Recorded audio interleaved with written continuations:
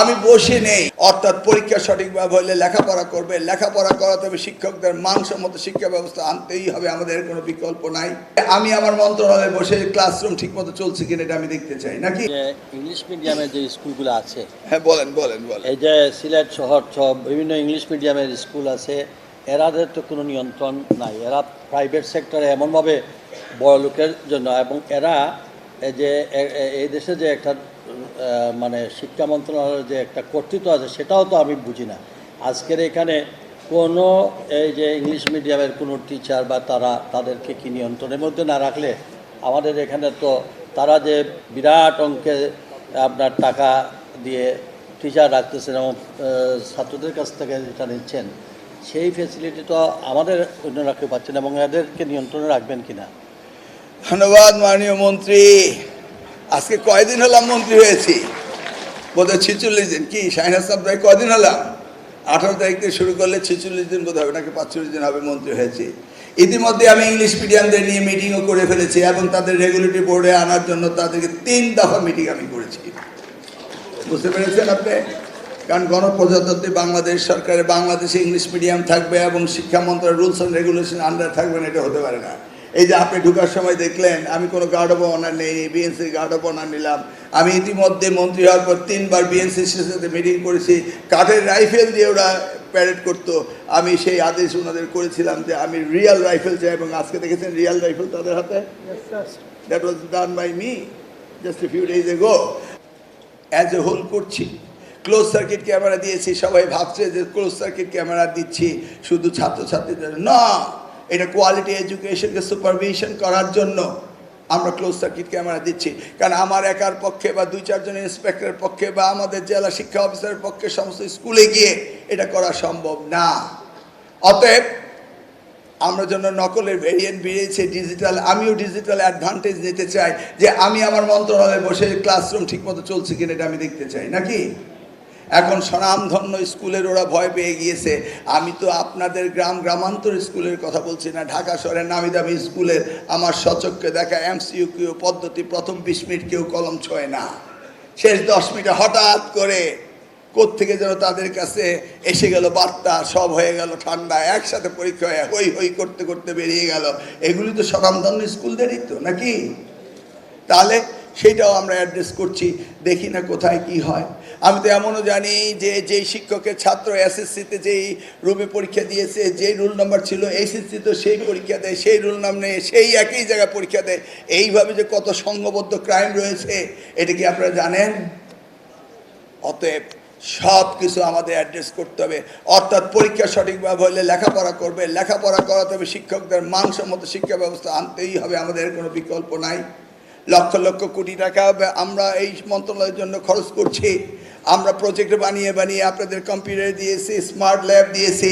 আপনার smart lab যে কাজ করে না, আপনাদের দোয়েল কম্পিউটার যে কাজ করে না, আপনি কি কোনোদিন আমাদের কাছে এসে বলেছেন যে আমাদের যে ইকুইপমেন্ট দিয়েছেন এগুলি কাজ করে না? আমরা পিডিদের বিরুদ্ধে কীভাবে ব্যবস্থা নেব?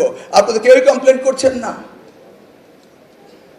সরকার টাকা খরচ করছে, আপনারা কমপ্লেন করছেন না। Jessore science and technology university গেলাম, গিয়ে হিসাব করে দেখলাম ভিসির সামনে মঞ্চে বসে পার স্টুডেন্ট 10 লক্ষ টাকা সরকার দিচ্ছে।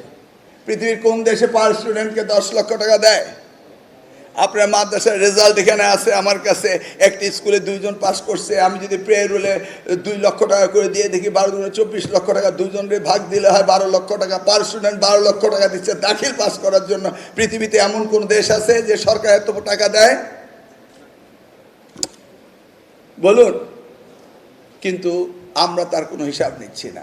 আমাদের কত না প্রজেক্ট হয়েছে, প্রজেক্টগুলো কি মন্ত্রণালয় থেকে ইভ্যালুয়েশন করা হচ্ছে? এই প্রজেক্টে যে এত টাকা খরচ হলো, রেজাল্টে কে পেলাম?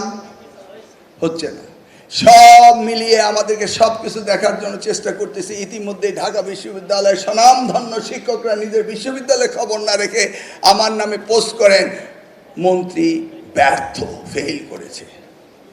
আরে ভাই, আপনার ইউনিভার্সিটিতে QS রেটিংয়ে ড্রপ করছে, সেইটা আপনি আপনার ডিপার্টমেন্টের ছেলেদের খাতা দেখতেন না, এখন শিক্ষকরা মন্ত্রীদের খাতা দেখা শুরু করে দিয়েছে।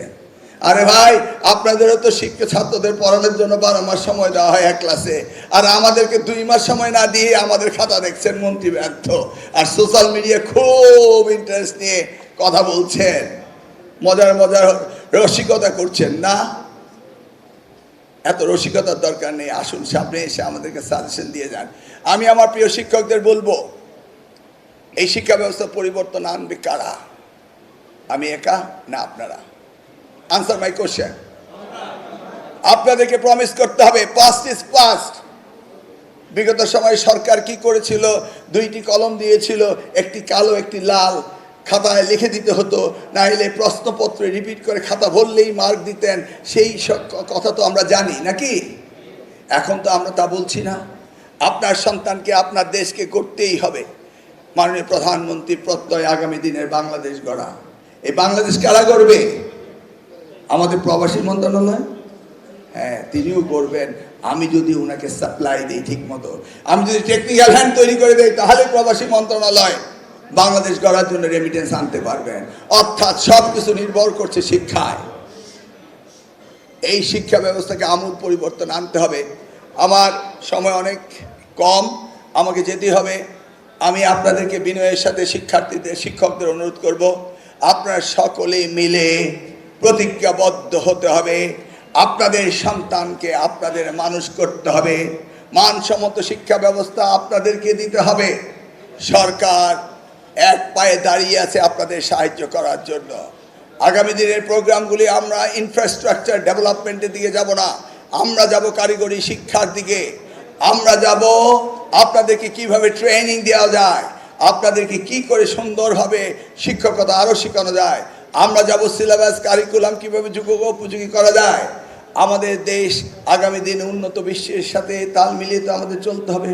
প্যানলেস পেপারলেস যে এডুকেশন হচ্ছে, আপনাদের সন্তানকে তো সেটাই করতে হবে নাকি?